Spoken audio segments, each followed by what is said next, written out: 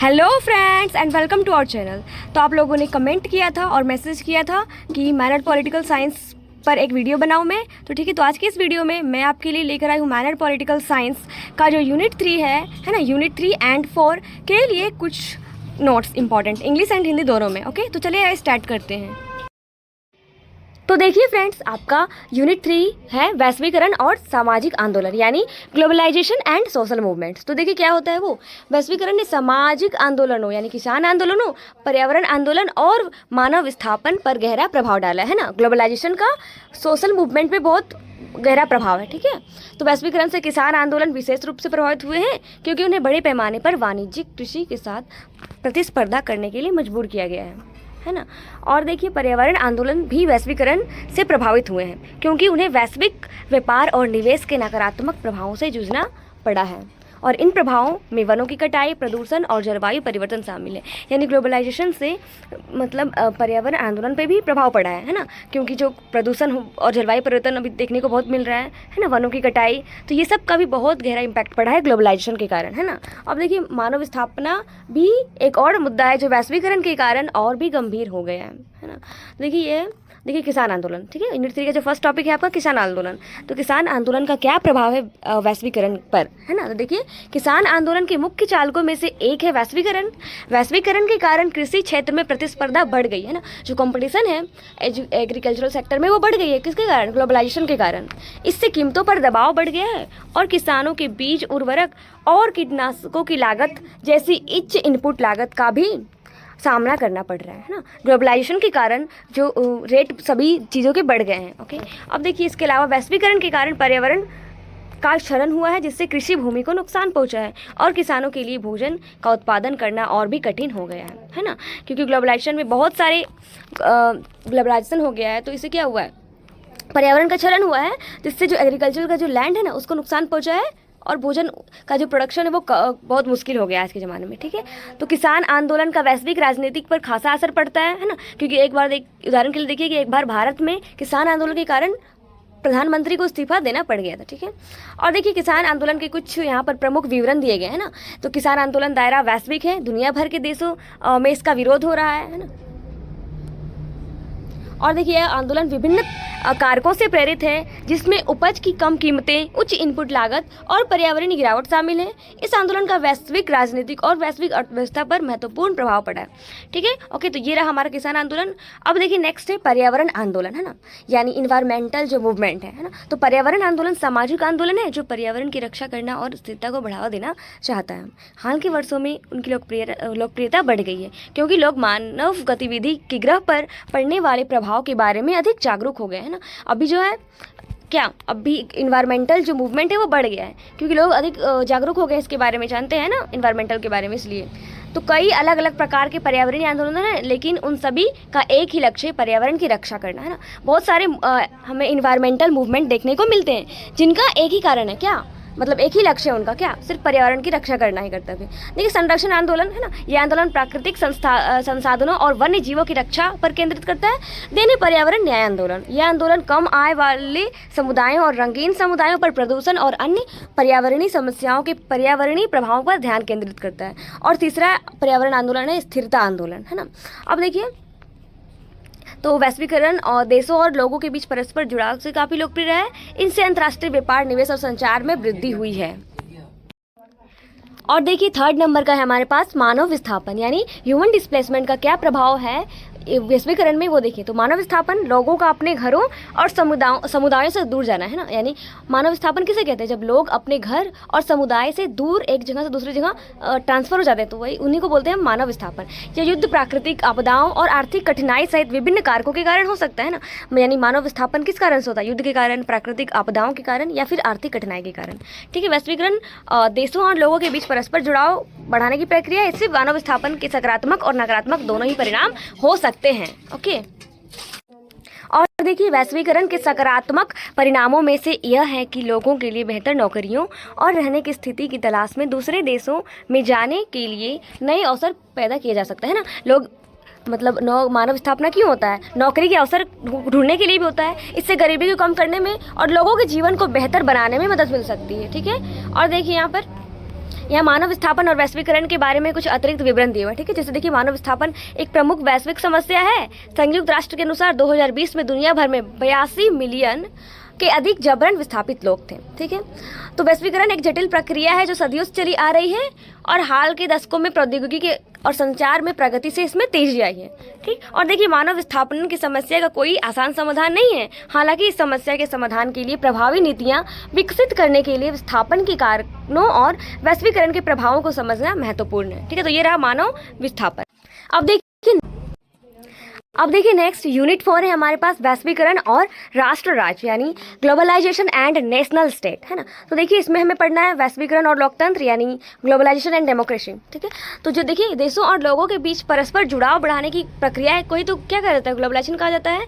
यह प्रौद्योगिकी, संचार और परिवहन में प्रगति से प्रेरित है। वैश्वीकरण का लोकतंत्र पर सकारात्मक और नकारात्मक दोनों तरह से गहरा प्रभाव पड़ा है।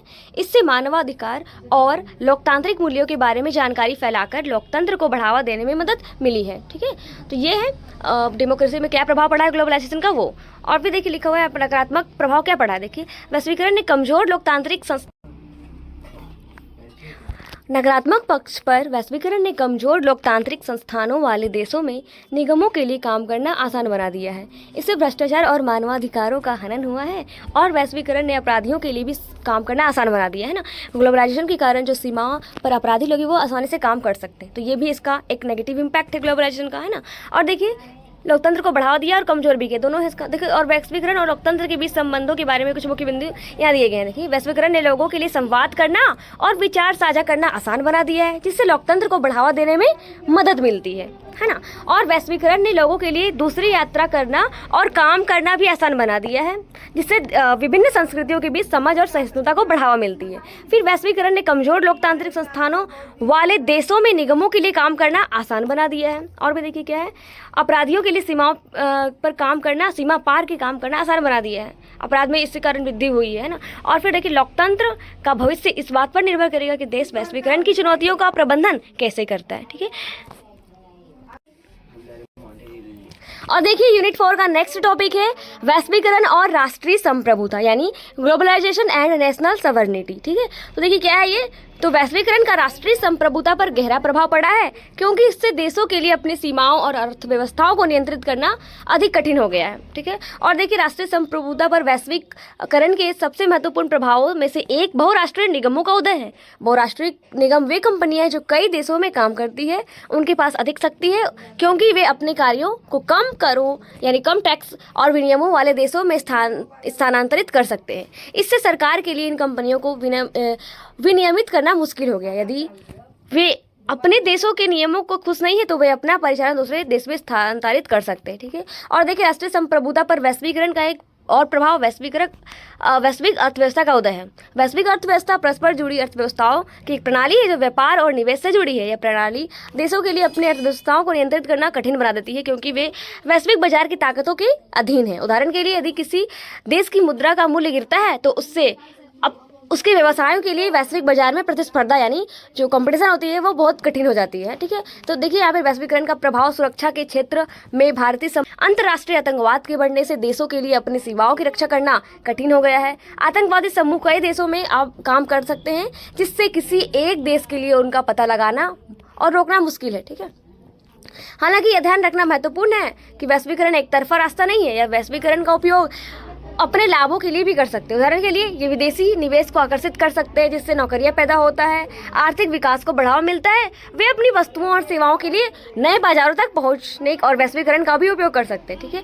तो इसलिए हम अंततः यानी एंड में देखें तो राष्ट्रीय संप्रभुता और वैश्वीकरण का प्रभाव इस बात पर निर्भर करेगा कि देश इस पर कैसे प्रतिक्रिया को चुनता है, ठीक है। जो देश वैश्वीकरण को अपनाते हैं वे इस उपयोग अपने लाभ के लिए कर सकते हैं, जबकि जो इस देश इसका विरोध करते हैं वे स्वयं को नुकसान पहुंचा सकते हैं, ठीक है। तो दोनों ही मतलब पॉजिटिव इम्पैक्ट भी है और नेगेटिव इम्पैक्ट भी है ग्लोबलाइजेशन का राष्ट्रीय संप्रभुता पर, ठीक है। अब देखिए, नेक्स्ट टॉपिक है यूनिट 4 में वैश्वीकरण की दुनिया में नागरिकता की अवधारणा यानी notion of citizenship in the world of globalisation, है ना। कि क्या वैश्वीकरण की दुनिया में नागरिकता की क्या अवधारणा है ना। देखिए, वैश्वीकरण की दुनिया में नागरिकता की धारणा एक जटिल है अतीत में नागरिकता को बड़े पैमाने पर किसी की राष्ट्रीयता और निवास स्थान से परिभाषित किया जाता है। हालांकि आज की तेजी से परस्पर जुड़ी दुनिया में लोग तेजी से घूम रहे हैं और कई देशों से बाहर रह रहे हैं। इससे एक नागरिक होने के अर्थ पर पुनर्विचार हुआ है ना। तो आप अभी देख रहे हो कि ग्लोबलाइजेशन के कारण क्या है, कोई देश मतलब सिटीजनशिप तो उनके पास इंडिया का है, लेकिन वो और दूसरे देश में रह रहे हैं। तो इससे जो, और देखिए, वैश्वीकरण की दुनिया में नागरिकता को परिभाषित करने में प्रमुख चुनौतियों में से एक है एकाधिक जन नागरिकता का मुद्दा है। अतीत में लोगों के लिए एक से अधिक राष्ट्रीयता रखना दुर्लभ था। हालांकि आज लोगों का एक देश में जन्म लेना, दूसरे देश में रहना और दोनों देशों की नागरिकता होना आम बात होती जा रही है। ठीक है, तो पहले के ज़माने में लोग जो है वो सिर्फ एक ही देश की नागरिकता यानी एक ही देश की सिटीजनशिप रख सकते थे,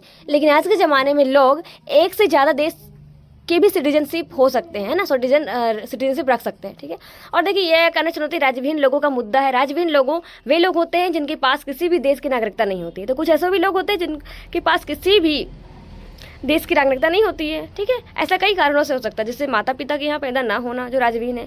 और देखिए, वैश्वीकरण की दुनिया में नागरिकता की धारणा अभी विकसित हो रही है।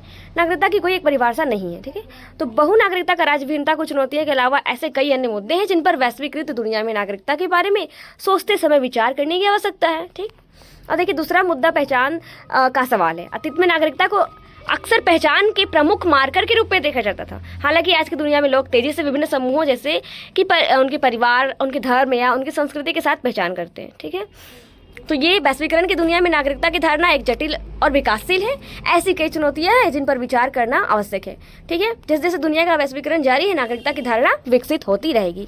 ठीक है, तो ये रहा हमारा वैश्वीकरण की दुनिया में नागरिकता।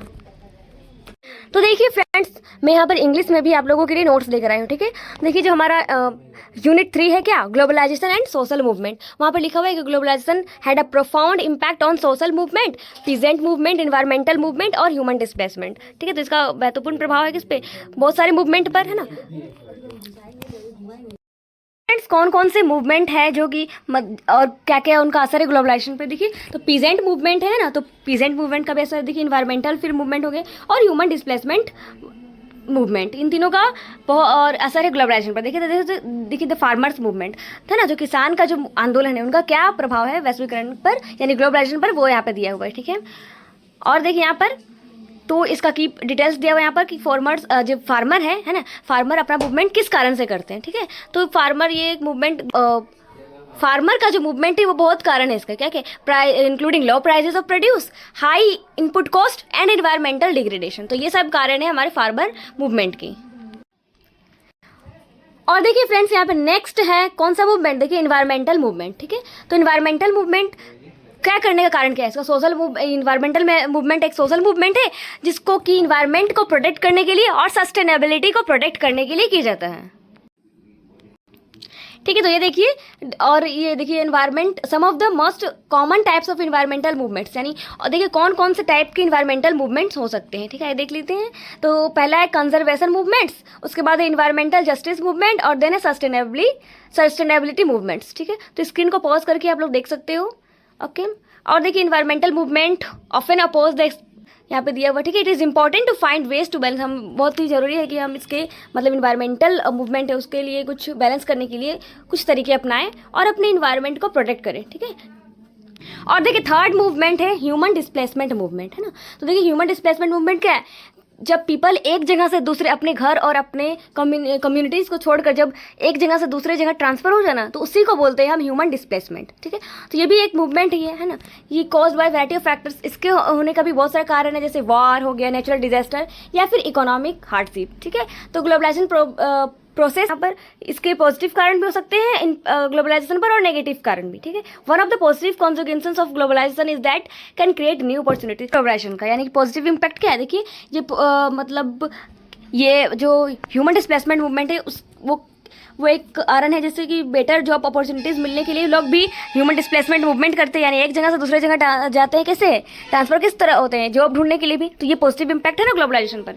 और नेक्स्ट देखिए Another positive consequence of globalization is that it help to raise awareness of human rights abuses and their problems that cause displacement. ठीक है, consequences of globalization in order to develop effective policies to address human displacement. ठीक है, और यहाँ देखिए additional details दिया हुआ है कुछ डिस्प्लेसमेंट और ग्लोबलाइजेशन को लेकर. ठीक है, ह्यूमन डिस्प्लेसमेंट और ग्लोबलाइजेशन को लेकर. तो ये एक मेजर ग्लोबल प्रॉब्लम है और यूनाइटेड नेशंस के अनुसार 82 मिलियन जो है डिस्प्लेस्ड पीपल हैं 2020 के. ग्लोबलाइजेशन एक कॉम्प्लेक्स प्रोसेस है, has been under way for century, जो कि बहुत पुराने समय से ही होता चला आ रहा है. ठीक है, तो ग्लोबलाइजेशन हैज़ बहुत पॉजिटिव, ग्लोबलाइजेशन का पॉजिटिव भी इम्पैक्ट है और नेगेटिव भी इम्पैक्ट है ह्यूमन डिस्प्लेसमेंट में. ठीक है, on the other hand it can create new opportunities of people to move other countries in search of better jobs and living condition. On the other hand, it also increased inequality, conflict and environmental degradation. एक तरफ तो ये मतलब ये better job opportunities और लोगों के जीवन के शैली है उनमें सुधार कर सकता है. दूसरी तरफ इससे क्या इनइक्वालिटी और इन्वायरमेंटल डिग्रेडेशन बढ़ता है. तो ये है हमारा fact. No easy solution for human displacement, है ना. However it is important to understand the causes of displacement and the impact of globalisation in order to develop effective policies to address problem. ठीक है, तो ये रहा हमारा human displacement movement. अब देखिए नेक्स्ट है यूनिट 4. यूनिट 4 है हमारे पास ग्लोबलाइजेशन एंड नेशन स्टेट, जिसमें हमें पहला टॉपिक पढ़ना है ग्लोबलाइजेशन एंड डेमोक्रेसी. ठीक है, तो क्या इम्पैक्ट पड़ता है ग्लोबलाइजेशन का डेमोक्रेसी पे. ठीक है, तो ये increase interconnectedness between countries and people, है ना. ग्लोबलाइजेशन इंटरकनेक्शन जो है कंट्रीज और लोगों के बीच बढ़ाता है. ठीक है, globalisation has a profound impact on democracy and positive and negative. ठीक है, देखिए क्या क्या है. Positive side, globalization has made easier for people to communicate and share ideas. On the negative side, globalization has made it easier for corporation to operate in countries with weak democratic institutions. ठीक है, तो pause करते जाइए और आप लोग देखते जाइए यहाँ पर. और here are some key points about the relationship between globalization and democracy. ठीक है, कुछ इंपॉर्टेंट की पॉइंट्स दिया हुआ है ग्लोबलाइजेशन और डेमोक्रेसी के बीच का जो है. ठीक, तो देखिए globalisation has made it easier people to communicate and share ideas. फिर globalisation has made easier for people to travel and work in other countries. ठीक है, globalisation has made it easier for corporations to operate in countries. और देखिए globalisation has made it easier for criminals to operate across borders. ठीक है, और देखिए next topic हमारे पास ग्लोबलाइजेशन एंड नेशनल सवर्जिनिटी. अब देखिए next topic globalisation and national sovereignty. ठीक है, नेशनल सवर्निटी. तो देखिए इसका मतलब ग्लोबलाइजेशन पर नेशनल जो सवर्जिनिटी है उस पर क्या इम्पैक्ट है. तो globalisation has a profound impact on national sovereignty has it is made more difficult for countries to control their on borders and economies. One of the most significant impacts of globalization on national sovereignty is the rise of multinational corporation. ठीक, another impact of globalization on national sovereignty is the rise of global economy. Then globalization has also impact on national sovereignty in the area of security. ठीक है, overall globalization had a profound impact of national sovereignty. It has made it difficult for countries to control their own borders. ठीक है, ultimately the impact of globalization on nation sovereignty will depend how the countries choose to respond it. Countries that embrace globalization can use to it to their advantage. ठीक है, तो ये रहा हमारा globalisation का impact, globalisation and national sovereignty. अब देखिए last topic unit 4 का notion of citizenship in globalising world. ठीक है, तो the notion of citizenship in globalising world is a complex one. In the past citizenship was largely defined by one's nationality and place of residence. ठीक है, और देखिए यहाँ पर one of the key challenges in defining citizenship in a globalising world is the issue of multiple citizenship. ठीक है, क्योंकि अभी के समय में क्या लोग एक से ज़्यादा देश की सिटीजनशिप भी रख सकते हैं. ठीक है, अंदर चैलेंज इशू स्टेटलेस पीपल, कुछ ऐसे भी लोग होते हैं जिनके पास कोई भी देश की सिटीजनशिप नहीं होती. ठीक है, notion of citizenship in a globalising world is still involving. There is no single definition of citizenship. ठीक, in addition to the challenges multiple citizenship is stateless. ठीक है, अंदर issue question identify in the past citizenship was to पहले के ज़माने में citizenship सिर्फ identity के तौर पर यूज होता था, है ना. लेकिन अब लोग एक से ज़्यादा देश की सिटीजनशिप रखते हैं. ठीक है, number of citizenship in a globalising world is complex and evolving one. There are number of challenges that the issue of multiple citizenship, statelessness, right and responsibilities and identity. ठीक है, as the world continues to globalize, the nation of citizenship is likely to continue to evolve. ठीक है, तो ये रहा, हमने English में भी नोट्स यहाँ पे दे दिया है. तो फ्रेंड्स इसी के साथ BBM K U session 2023 to 27 semester 1 minor political science का जो यूनिट 3 है globalisation and social movements and unit 4 globalisation and nation state ये कंप्लीट होता है. ओके, तो मिलते हैं नेक्स्ट वीडियो में. तब तक के लिए bye bye, take care and आप पढ़ते रहिए और हमारे वीडियो को लाइक शेयर एंड सब्सक्राइब जरूर कीजिए.